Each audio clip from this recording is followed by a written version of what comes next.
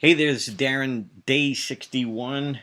Finished with Michael's book, on to Sid's book, and read the beginning of Sid's book. And I remember now why I was a little so intimidated. I was recommended this by a Hollywood producer, and she said, "You got to get the book."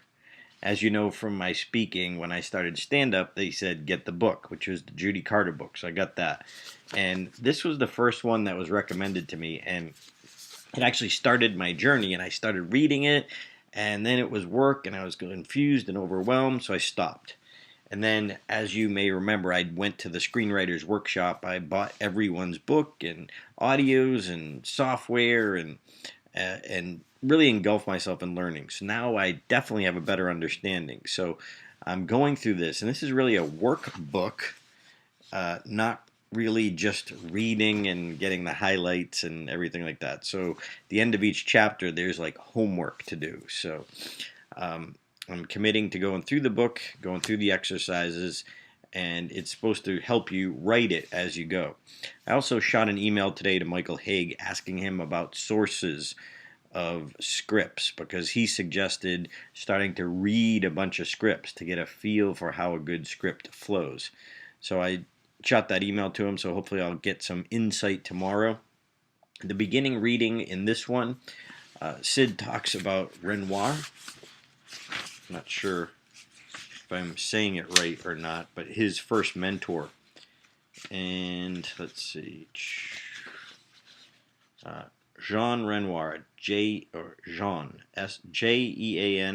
Renoir, and he was a great French film director and also taught at Berkeley, which is where Sid actually met him and got his tutelage. And he said that him and the other students would literally sit at the feet of the master and ask questions. And he said, with great respect, he actually answered every question, even the stupid ones. So I respect that. You don't hear that a lot, so that's pretty cool. He also talked about that, used a few references that there are a lot of people who have written novels, yet when it came to writing a script, they really feared the blank page. So even though they've written a novel and they wanted to turn it into a screenplay, they felt they needed help or they needed a partner to do that. So it wasn't uncommon that people are intimidated by the blank page. Guilty. Me too. But you never get a finished script without working with the blank page. So I have a lot of notes and a lot of highlights and scenes that I've already been considering. So my page isn't really blank, but to sit down and actually write it, yeah, definitely intimidated. So I did 18, 18 minutes, not much, and I may do some more reading before I go to bed just to keep the ball rolling, but wanted to make sure I'm doing my time. And my goal, I go this weekend to NSA Houston and NSA Oregon on Monday, and then I head to the Philippines. So when I come back from the Philippines, either this book will be read or each step of the process I'll be taking and writing. So if it prolongs when I get the book done because I'm writing and going through the process, I'm okay with that. But I'm also going to see if I can maybe download some scripts on the iPad to read that while I'm on the plane as well, heading over there.